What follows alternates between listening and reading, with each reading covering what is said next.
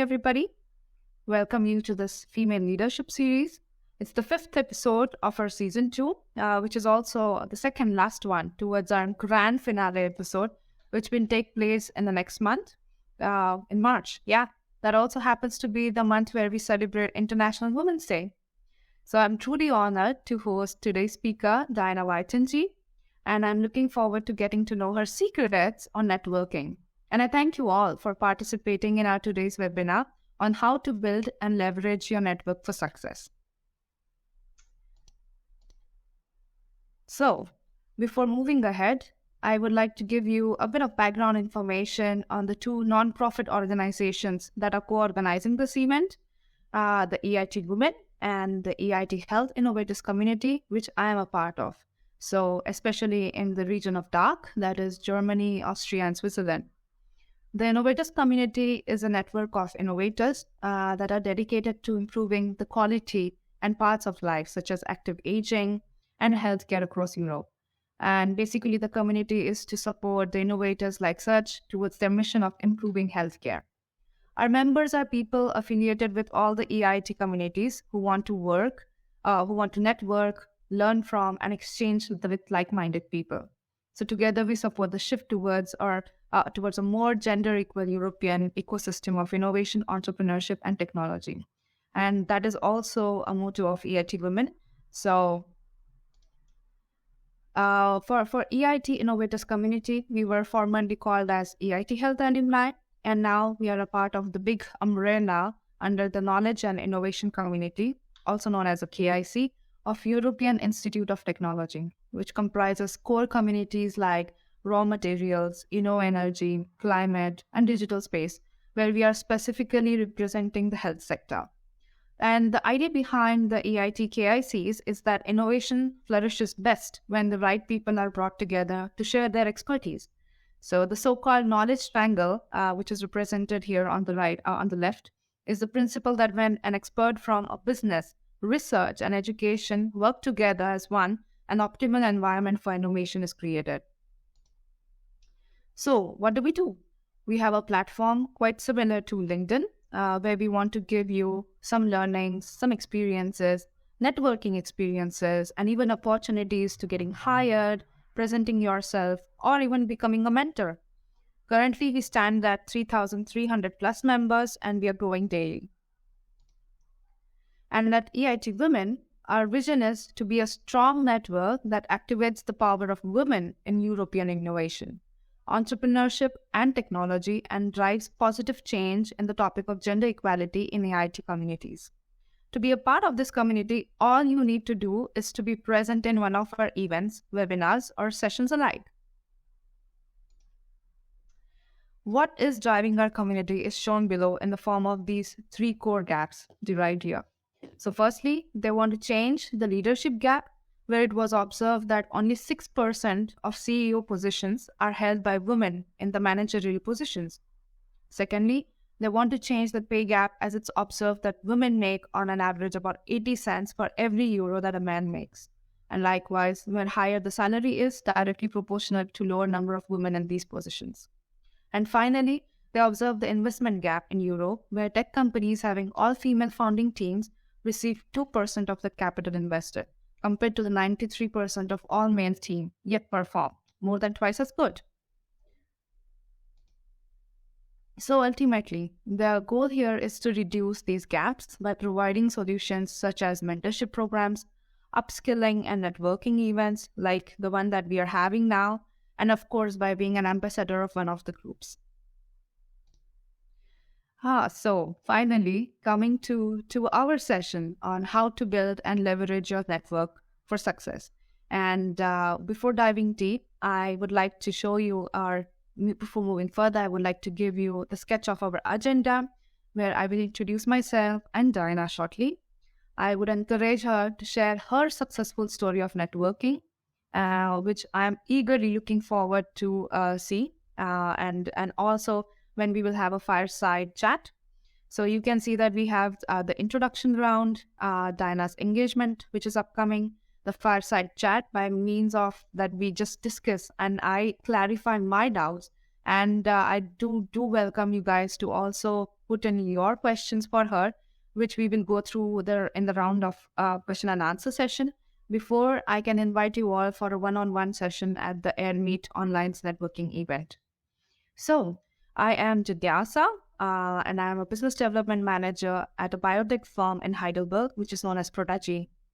I'm a biologist by training, and I'm associated with EIT Health since 2021 as a part of the innovators community as a local representative of the dark region since the beginning of 2020 or end of 2021. So it has been a very, very good journey. And since then, I have also made various connections. I have networked across this community and built my connections in these years. Now, introducing Diana, today's celebrity. She is a cybersecurity engineer. Diana believes that data security is a human right. She works at SAP SE in Germany and is also an Africa Compt alumni. Diana has over 3 years of experience in the nonprofit sector and energy sector in Kenya, driving different IT and security initiatives. She sits in 2 technical committees at the Kenya Bureau of Standards, namely the Software and the Systems Engineering Committee and the IT Security Committee. She founded an initiative known as the Waithhanji Lafa, a mentorship program for high school girls in rural Kenya to encourage them to take up engineering and tech courses. I can't even name the awards that she has, but to give you a few, she has scored an award with Cyber Leadership Program Embodiment Award in 2020, a Cybersecurity Woman Barrier Breaker of the Year 2020. She has also received an award on Top 35 Under 35 in Kenya, Top 50 Women in Cybersecurity Africa 2020, Opportunity Desk Impact 30, Top 30 Under 30 in Africa, and the Zuri Awards in STEM category. She has also created awareness on cybersecurity on media such as BBC, Citizen TV Kenya, KU TV, YU 254, and other TVs amongst others. So Diana, before I hand over to you, the spotlight to you, just wanted to bring a quick survey feedback and the responses that we collected while we were inviting and promoting participants to join our session today, so that you get some idea on what are our expectations going to be like. But this doesn't stop me here. You can also put in your questions while our session is going on so that I can pull up these questions in the Q&A round and ask her. So our first question was, what kind of skills are needed to build meaningful professional connections? Well, we received feedback that more people were vouching that they could give a list, meaning that they had various skills required for networking. And the other half said, it just happens virtually. Interestingly, when asked about pre- and post-pandemic networking session, what do you miss the most? And we got equal feedback from our audiences saying it does not bother them at all. Both were equally entertained. Some of half of the population said they do miss online sessions or the in-person sessions, and half of them said we are also good with online sessions. So I would say, Diana, please take us to the basics of what exactly is networking, and maybe you can take the show now.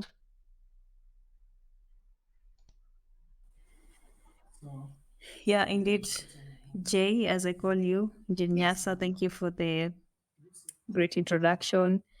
And I would encourage everyone to join all your webinars.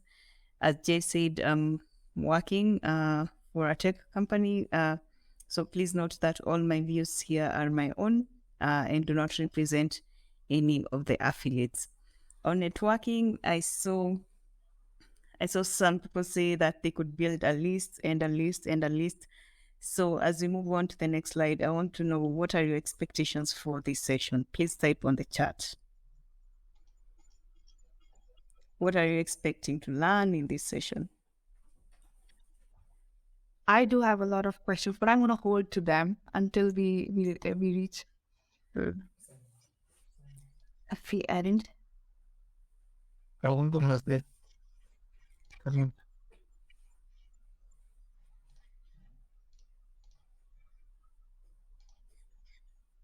I'm still waiting for anyone to check what they're expecting. Or you're expecting nothing? Valentine from Kabarak University. I'm so glad to see you here. So, to gain more insights on how to build professional networks. So that's what Valentine. Okay. Yeah. So as we move on, let's see what exactly why do we network, or the importance of networking. Or Bia is expecting a lot of tips and tricks. Yeah. Let's see that. So the first thing on why we network first is because we have a genuine interest in people. For example, myself, when I met Jinyasa, it was only for fun. We were meeting through a group called Girl International, for girls who are living internationally. From Kenya, I live currently in Germany, so it's a genuine interest in people. The other thing we network is for professional development, and that's the reality of it.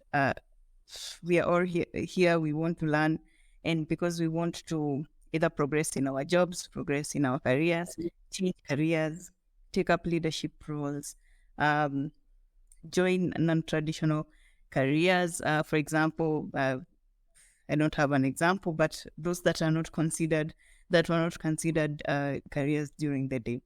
And the other thing is for your own personal development. And I will point out, for example, a community called Toastmasters, which is an international community for you to improve your public speaking and leadership skills.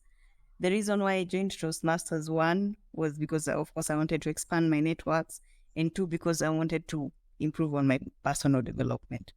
So that is networking. Networking is for any gain that you deem fit. Me particularly, I'll always use it for professional development. And yeah.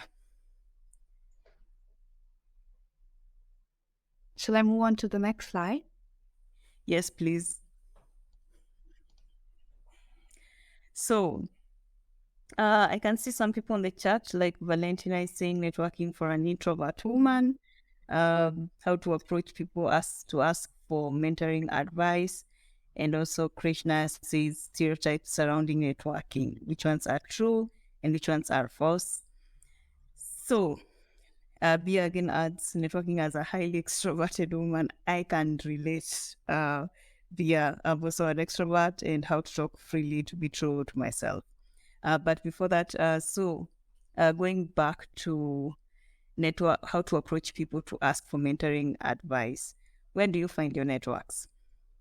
You only find your networks in two places. In your organization, if you're a student, like Valentine, who is in Kabarak, or I also saw a student in Italy. I can't remember who it is. So if you're a student, you can find your networks in your school. If you're an employee, you can find your networks in your company. If you're an owner of a company, you can find your networks via your employees, or via let's say via your employees. So you can find your networks inside your organization and outside the organization. So just even in your organization, one thing I try to do at my current employers is that I try to network as much as possible. This is a company of over 110,000 people. I will never know everyone. Even if I stayed in that company for 40 years, I will never know everyone. But I can get to know the right people, and the right people could include those who are working on the topic of cybersecurity and those who are not working in the topic of cybersecurity. Because we will always need each other. They might need insights on cybersecurity. I might need insights on data science.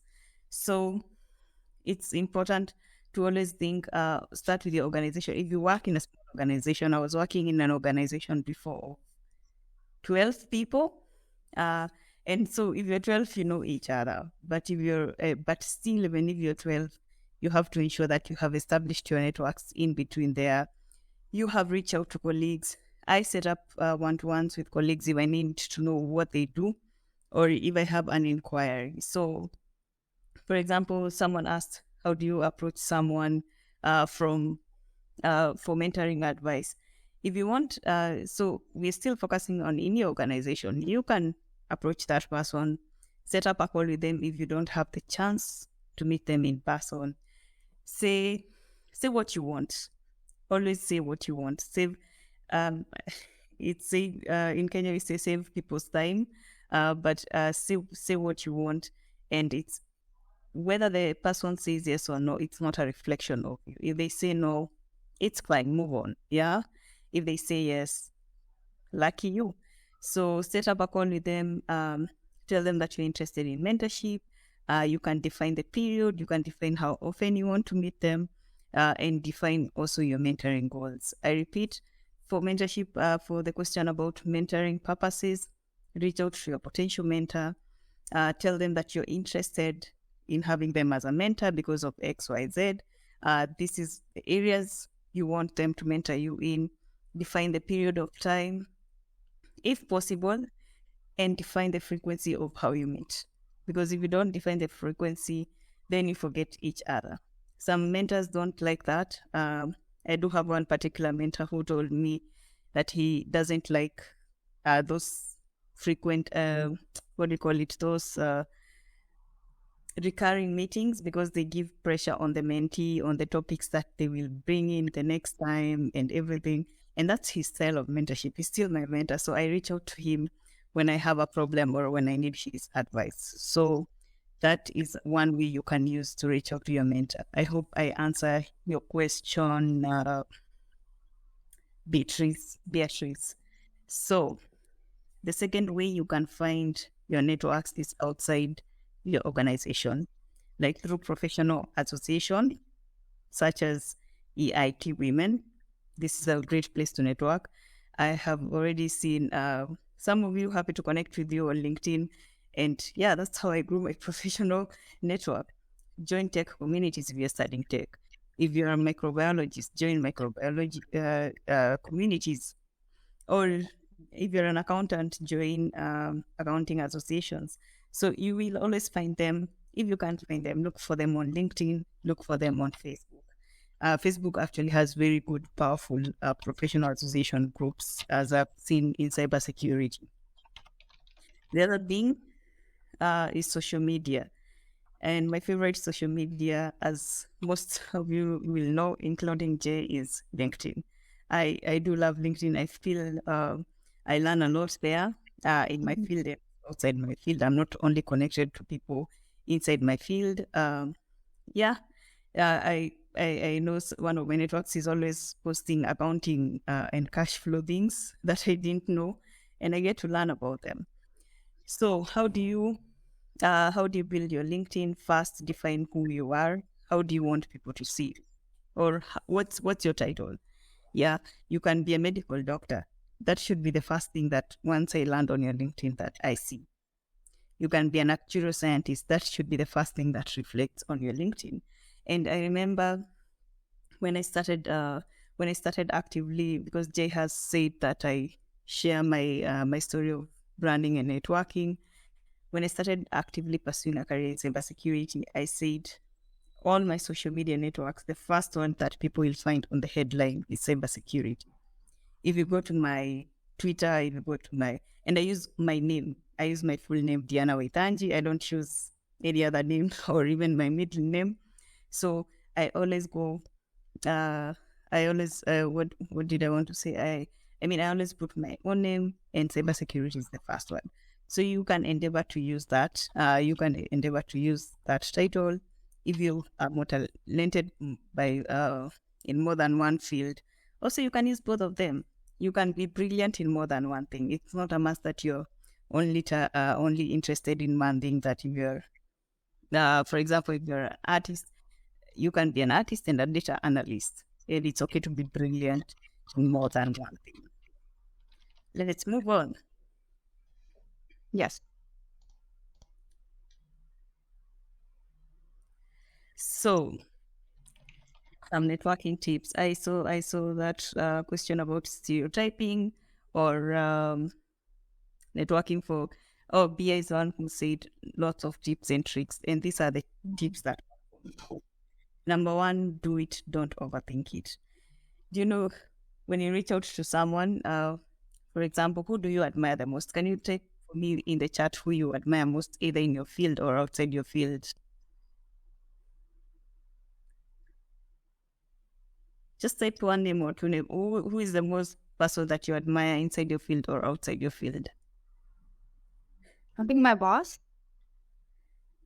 Your boss? inside my field, and outside my field. Oh my God, there are so many to name. Okay. Jaycee's her boss. Anyone else? Or you don't admire people out here? I did get all the. Oh, someone says me. Very, very nice. Okay, Daisy, my pleasure. So let's say, let's use Jay's case of her boss. What's the name of your boss? You can give us only the first name just for data protection purposes. Yeah, his name is Owen. Oven. Yeah. Yeah. So you have Oven. So Jay wants to reach out to Oven for a request on mentorship. Let's say that. Jay will think, what will Oven think about me? Am I even qualified to be reaching out to him? Will he think I'm trying to joke with his time? So the best thing that I always think about these things every fifth time that I watch him. These come across my mind a lot. So I'm actually not guessing it's true, yeah? Yeah. So don't overthink it. Do it. Do it. The worst you can get is a no. You will approach someone for mentorship and they'll tell you they don't have time. Some will be silent to you, but that is not a reflection of you. That's a reflection of them. Number 2, have specific goals, especially when attending specific networking events. Who do you want to reach out to? And I know when I'm attending physical conferences, the list I usually look at most first is the speakers. And I take note of the speakers that I want to reach out to. If I know people in that professional association who have already said that they are attending, I take note of who I must. There are people I must speak to in that conference, and then there are people that are good to know. And I always say, anytime I go to a conference, I have to know the person sitting next to me. It doesn't matter whether they're older than me, younger than me, my age mates, or even professionally younger than me, older, or peers. I have to know them. So, but always have specific goals. The other thing about networking, the more you do it, the easier it gets. The more you build a brand on LinkedIn, the easier it gets. The more you reach out to people, the easier it gets. I love football, and that is soccer for our North American friends. Yeah. So if I meet someone who loves football, even if it's in a professional space, we start speaking about football. We start speaking about Champions League. Did you see that goal? And then we, of course, will channel it to a professional conversation. And sometimes it never happens at all. But because you've become so comfortable that you can even discuss your hobbies that you believe make sense, then it becomes easier. The other thing is that you have to show up for your networks.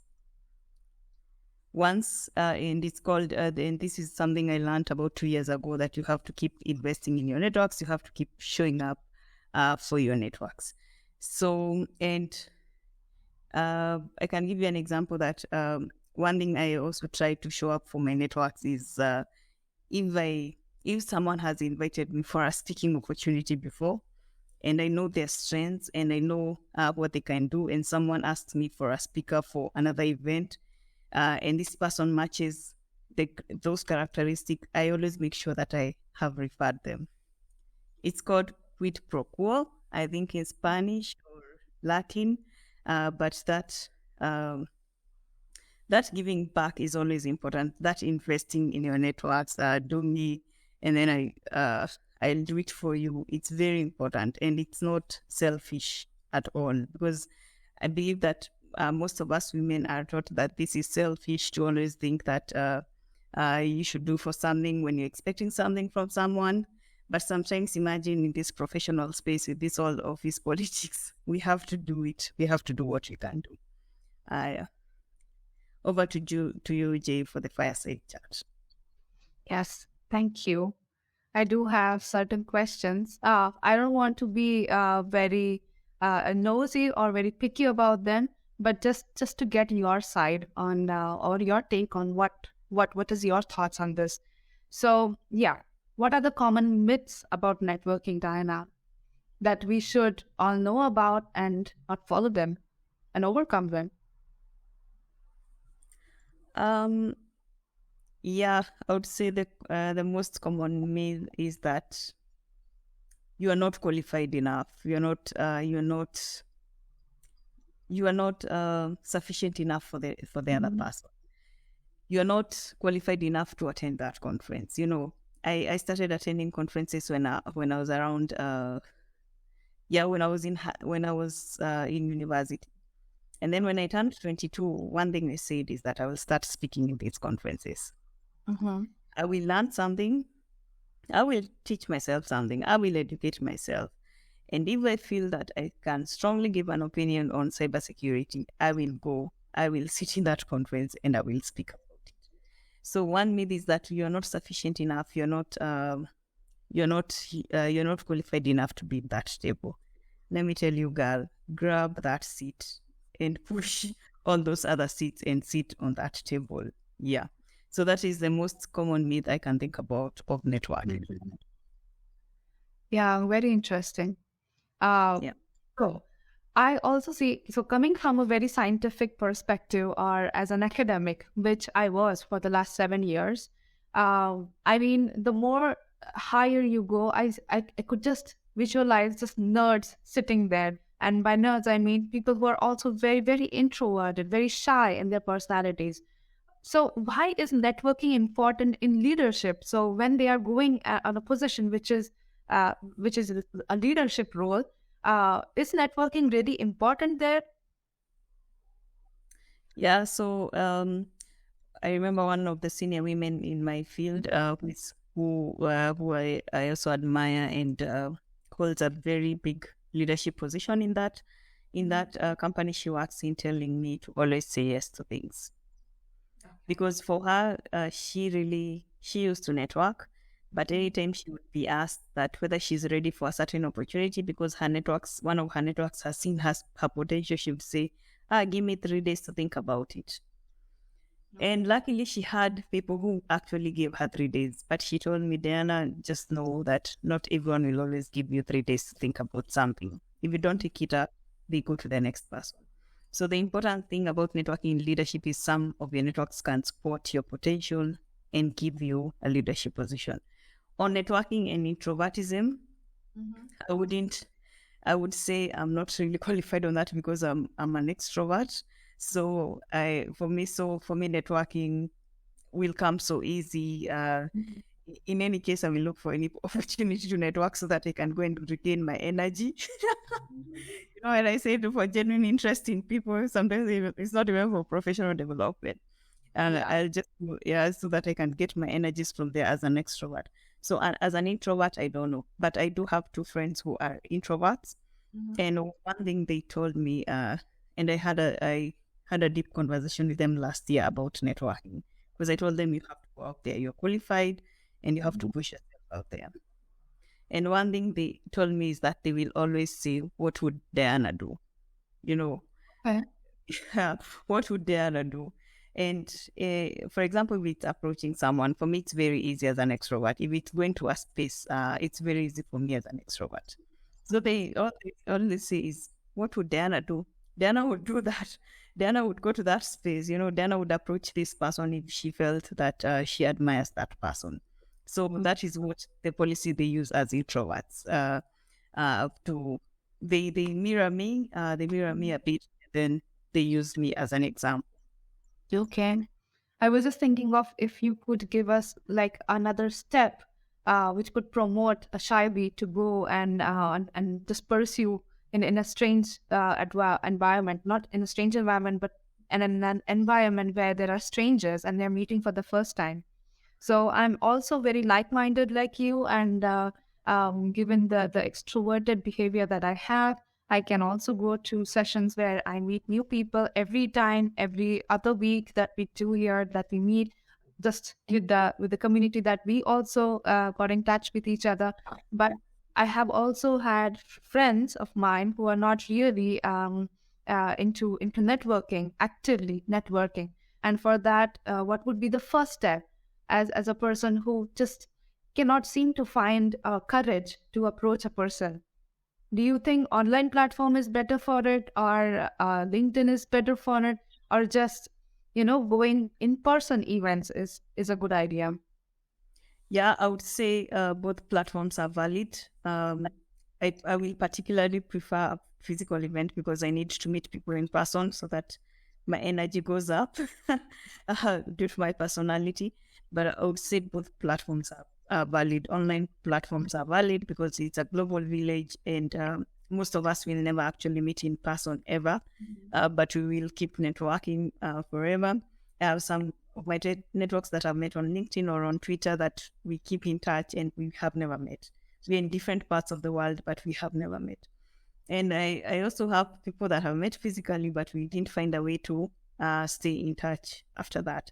So for a person trying to do that on the first time, I would say reach out to different people who you're comfortable with and ask them, is it okay to do it physically? Is it okay to do it online? Which one do you prefer most? Just hear their perspective. And then practice networking with them.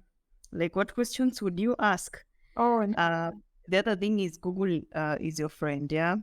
There are some sessions that I go to, and I know I want to reach out to specific people, and I have to Google what do you do when you are reaching out to this specific, especially leaders, especially leaders, what do you do when you're reaching out to these kind of specific people?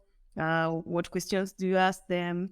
Well, it never works most of the time because by the time I'm approaching them, I have forgotten the questions, but at least it built my confidence at first. The other thing as well, I learned from one of my mentors is if you're feeling low on confidence, for example, if you're going to speak or if you're going to network, stand in the mirror, tell yourself you're brilliant, and go and rock that stage or go and reach out to that person. Okay. Yeah. Interesting. So my next question comes from the long list of followers that we have on social media platforms. So do we consider a gain of network, or is it observed that we gain networking through long list of followers? Does it depend on that? I would say no. I know people who have very limited followers on social media, especially LinkedIn, and that's how they grow their networks. Like, they don't want to expand their networks to people that they are not interested in. So they'd rather have 200 people, and they are people that they actively connect with. And then there are others who have 80,000 people they don't actively connect with, but these people follow them, and these people are building their brand, and that's how they have built their brand around it. So it doesn't depend. For me, I think it's more of the content. Of course, the following is very important. We all want many followers, don't we? So we all want many followers, but also the content is always important. And also on engagement on social media, I would say, let it not worry you. Some of your posts will get over 1,000 likes, others will get 6 likes, others will get 0 likes. And you'll find, like, sometimes you'll find one post with 6 likes, but you'll find people inboxing you, inquiring about that topic. What is your perspective? I would want to learn more about this. And because maybe they don't want to engage on the timeline because they don't want to be defined by that topic of brand. So yeah, engagements are important, but you do you, and then the world will adjust. Of course, yes. And now talking about social media and using it for networking. So I can clearly define the two, like Facebook and Instagram for your personal networking. But what about LinkedIn and Twitter? What's the difference? What's the difference between these two platforms? And what are they used for in specific direction for networking? Yeah, I would say you define your own social media. You can say that first, that LinkedIn is for professional purposes, Instagram is for family, Facebook is for friends and family. You can also choose to have all of them as your professional networks. Anytime, I always advise my mentees that always choose a social media platform that works for you, and that you're most comfortable with, and that you use most of the time, because you're using this social media for free. And if something is free, you're definitely the product. So also make sure that it's also benefiting you. So for me, for example, yes, I use all social media. On Twitter, I still use it for my professional purposes, but I also use it for my hobbies purposes. That is where you'll find me tweeting about football, and sometimes live tweeting football and saying, "Oh, that guy is not scoring," So, or when I'm watching women's football and I'm whatever team I'm supporting is not scoring, I'm just shouting, "Oh, please score!" So for Twitter, I can use it for my hobbies and my professional development, but on LinkedIn, I would never live tweet football. On Facebook, I can post a random photo of myself somewhere in a cliff in Kenya or in Germany or wherever in the world with no caption. But maybe on LinkedIn, I will never do that, So you just, Instagram the same. On my stories, I will add music that I really love. But I wouldn't add music on Twitter, for example. But of course, I will tweet about my favorite artist. So you're the one who defines your social media and how you want people to define you. But all my social media have one constant. Cybersecurity is the first word. Okay. When you go to any of my social media accounts, cybersecurity is the first word. So whoever lands there, just know first, I'm a cybersecurity professional. Second, I'm a gender equality advocate, or like on Twitter, I've put I'm a feminist. And yes, I believe in feminism values. So yeah, and I've also put that I'm a soccer fan on Twitter. So it's how you really define your social media. No pressure. Use the social media that you're most comfortable about. And if you're listening to this session, I would really want to challenge you to start using social media for your own professional development. Whether you're a dancer, go to TikTok, dance, rock it. If you're an artist, go to Instagram, draw, rock it. Even post it on LinkedIn, post your work on LinkedIn, drawing art. If you're a designer, the same, rock it everywhere. It's about you and it's never about the other person. Thank you so much, Diana. By the way, I have to tell or point it out to our audiences that Diana has over 5,000 followers on LinkedIn. She's like a mini celebrity on Twitter. So for all the one reason, she has really good network surrounded with her. Yeah. So I'm going to share my screen again. Yeah. Well, thank you, Diana. I was just making you constantly talk, so I'm giving you a little bit of knowledge. So a little bit of recap summary that I just wanted to summarize in one word is, of course, your network is your net worth. And wherever I see networking events these days via LinkedIn channels, not only just LinkedIn, but via Facebook channels, via my office gossip, if they are going on some event, not just a very professional event, but just for socializing, I make sure that I am a part of it and getting to know people, going also in different areas. Doing cross-sectional networking is also something that I pursue at the moment. So what I do is I make it easy for the people that are around me. And if I want to be approachable to somebody, I should also be approachable. So Diana, thank you for this very good tip of yours. And one last thing, what I learned today is by volunteering. Yes, I have volunteered. I have done my community service part. And also I will keep doing it as a local representative at EIT Health. I get to see so many new people every time we host an event. I get to see so many amazing audiences, which I connect with at the end of our sessions. So it's really nice. This is my stepping stone for networking. And there was a book that I read recently. I think it was from one of your recommendations, Diana, where it was mentioned that every one person that you meet with who is unknown in your networking circle will introduce you to at least 3 other people who will bring in valuable networking experience to you. So it's really good to know at least one every person. You can make it as your goal. You can give it a try to make connections with people who are outside of your circle. And I think this is how you build upon growing professionally, right? So thank you so much, Diana. I absolutely have the best experience in the past half an hour or more than half an hour that we had. It was really good to talk to you.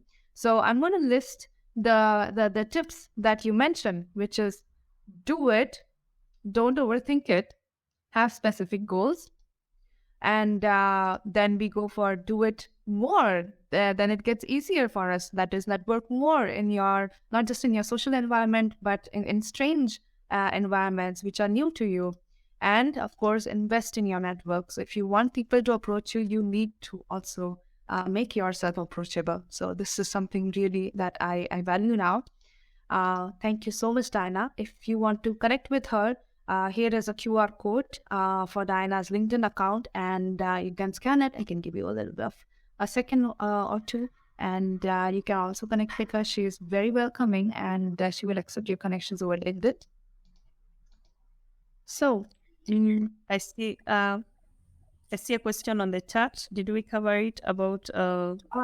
so we have a Q&A session coming up. I'm just getting it off. Perfect. But before we head to the Q&A segment, I wanted to present the QR code of our feedback survey form, or this QR code links to the feedback survey form. I give you a few seconds to scan it. And of course, we are looking forward to know how you're finding this amazing series on female leadership. And your feedback will motivate us in making brilliant content like this in the coming future. So moving further, questions. I see, or in the chat section, Krishna, thank you so much.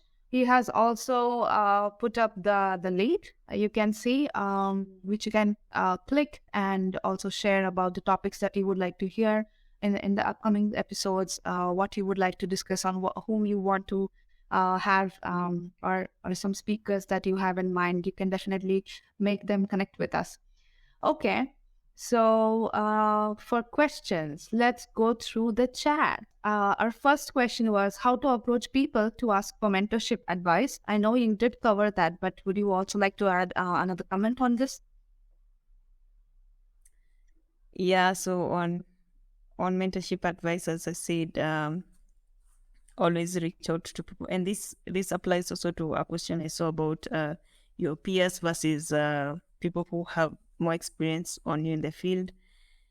Reach out to them, either ask for a one-to-one with them or shoot them an email. I always prefer a call so that someone can get to know me and then I can get to know them better.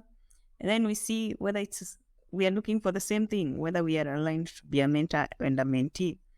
And this has happened a lot when someone has asked me for mentorship. I always ask for a 30-minute call and I tell them, this is me. This is now the Diana beyond LinkedIn. Yeah, I'm still the same Diana, but these are the things that interest me in cybersecurity, for example, in leadership, in feminism. So do you want mentorship from me or not? And then they will think about it. So always organize. I highly recommend a call, but you can also shoot an email. Be clear on what you want from the mentor. Be clear on the timeline, how often you will meet, and what kind of topics you will be bringing in, and whether they can give you feedback on anything. Yeah. Good to know. We also covered stereotypes surrounding networking, which I had asked you a question about the myths and which ones are true and false. So thank you also for covering that. And yes, Bia did talk about being a highly extroverted woman, how to talk freely and being true to ourselves. One thing I had a comment there. Sometimes being free can also be a little adverse on yourself because you give out too much information which you're not supposed to give. So how do we control that? I'm so talkative and I believe I'm a people's person, but I also, flow with my emotions. And in a professional setting, I don't think this is good. And it doesn't give a good impression while networking, right?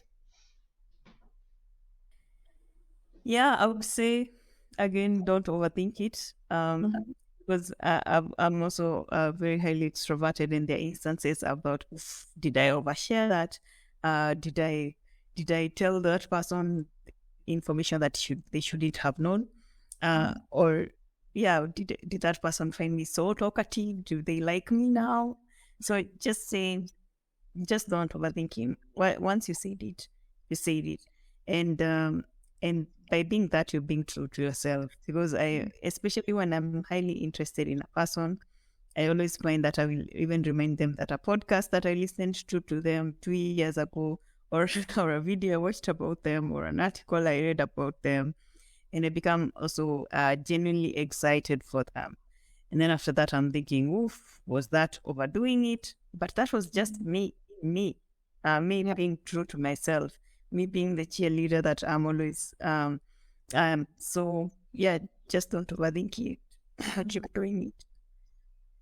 I hope you're okay. Yeah. So, I mean, you mentioned about Toastmasters, and Samira from our participants list said that she finds it excellent, and she's also a member of it. So there are many such others. I should try Toastmasters too. I know you have invited me, and I believe I will join in the upcoming events. So the next question from Daisy was how to maintain contact with network outside of their organizations. Good question, Daisy. So one thing I used to do, and again I think I'm frozen. No, I can hear you. Okay, yeah. So one thing that I used to do, especially when I actively attended physical conferences, is that I would ask someone, "What's your most active social media?" I don't even want your number. I just want to know what's your most active social media, and then I would connect with them there. And this is because I know I use all the traditional social media that you may think about. Yeah. So I know if I connect with a person there, then I can stay in touch with them over there. So that would be one part. Number two, you can ask for their email address and reach out to them genuinely. Maybe after every 6 months, after 1 month, check up on them. One thing I also see my networks, some of my networks do is that when they hear there's an issue in Kenya, or if there's an issue in Germany, because they know I'm Kenyan and I'm living in Germany, they will actively reach out to me to check out on me. So, for example, the floods that were happening in west of Germany last year, part one, I had a lot of networks reach out to me. Are you based in west of Germany? You know, even if we are connecting for professional purposes, and these were actually most networks on LinkedIn, we are still human at the end of the day. There are a lot of crises going on in the world right now. Do you reach out to your networks to check up on them, whether they are being affected on that? So always also, stay human, as well as staying a professional. Another way that I can think about outside the organization, meet up for coffee, catch up for Jay and I are always catching up for brunch or going to Christmas markets together. So you can organize something if you're close to each other, meet up for coffee. If you're visiting their city, reach out to them. It's not a must they are available, but just reach out to them and say, hey, I'm available. Would you be available for coffee? Or I'm coming to the US next month. Would you be in this city? Would you be available for a meet? So I would think about such things, about connecting outside the organization, keeping contact. I hope that answers your question, Daisy. I think it also answers my question, which was a follow-up question to Daisy's one, which is how to find networks in cross-sectional fields. And the tips that you gave us are actually very, very useful. And I also see myself doing them. I move on to my next question, which is from Samira. She said, I read that a relationship with networking pairs should be mutually beneficial. What value I can bring if I reach out to a more experienced professional or a potential mentor? Yes, very very good question. Of course, especially in feminist mentorship, we always say it's not top down, but it's like peer to peer. We are learning from you, and I'm learning from you. So one thing I see, let's say, of course, my mentors are more experienced than me, and sometimes I felt the urge, like, am I supporting them enough? If they are always showing up for me. But one thing, if I hear that opportunities that suit them, I send them to them. And this could be funding opportunities, because some of them are in the NGO world. If I hear CSR activities, I send them to them. If I see something about them online, I give them feedback, objective feedback about how I found the article. if they are advertising something, for example, if they run a business, then I also use my social network to also amplify their business. So it doesn't mean it's, you can also give them advice, but you can also amplify their work using your own network. You can refer them, for example, if they are the NGO world and they're looking for funding, or startups, you can refer them when you see opportunities. So those are kind of things that you can be mutually beneficial to one. Very nice. And I think it's our last question for today, which is how to build network in a language barrier environment. Yes. Ask me as a Kikuyu speaker living in Germany, where Kikuyu is only spoken in Kenya. So and that is definitely what do you call it? It's always an issue, especially when you go to traditionally.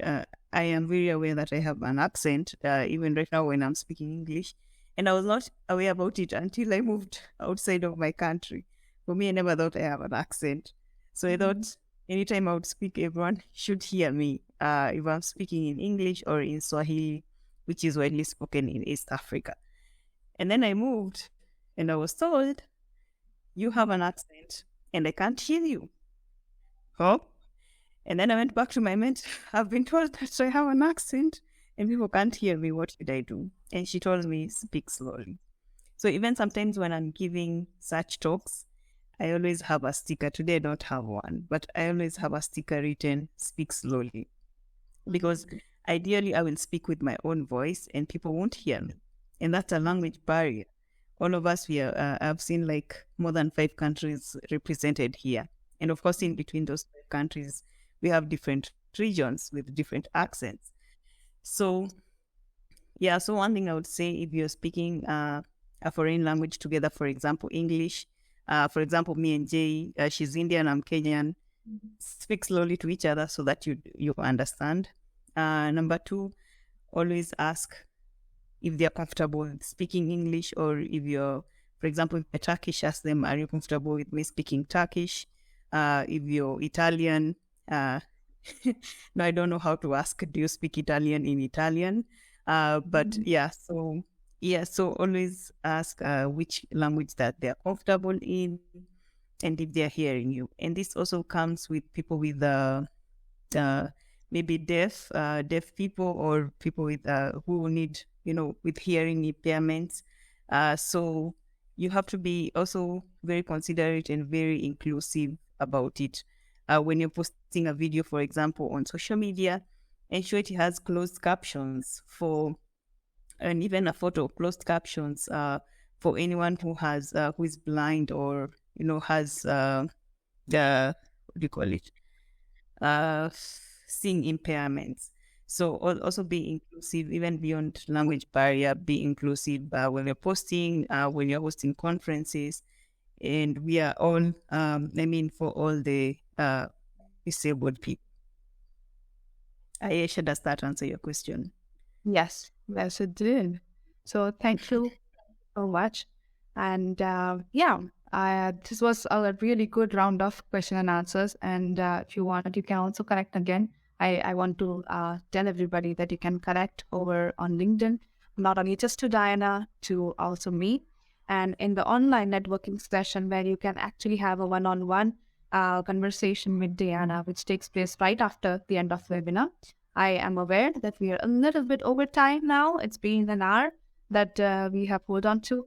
And thank you so much, everybody, for being such an active audience on a little bit colder Thursday evening and staying with us until the end. Just to again present that this Female Leadership Series is brought to you by EIT Health Innovators Community and by EIT Women. And if you want to know more about this community or want to become a volunteer yourself, then please feel free to visit the websites or to get in touch for more information. So this brings me to the end of our webinar today, and I would like to thank again to all of you for your time and presence. You have an opportunity to network with our speaker one-on-one in our chat room. And upcoming next, the last Thursday of March would be our season 2 finale, where we are inviting all of our speakers. We're trying to get them in one panel discussion and also talk about one very sensational topic. So make sure that you are aware of following EIT Innovators community so that you get to know all the updates for EIT Women. So see you in the chat rooms, but wait. Again, I have another slide to show you. So coming up next, we have Healthcare in Metaverse, a webinar, which is coming up, which is moderated by Krishna Reddy, who is also joining us today, and by Lucas Perez, who is a co-founder at Health My Project. And if you're a student, you get a free pass, and just look into it and see what you get in Metaverse. So what do we have next? As soon as the webinar comes to an end, you will be able to see this window, and you can click at the option that says online networking, and you see it in the chat rooms. So I'm going to see you. Thank you, and have a nice evening ahead. Thank you so much, Diana. Thank you. Visit community.eithealth.eu to join our community and shape the healthcare landscape with us. For more such videos, subscribe to our channel.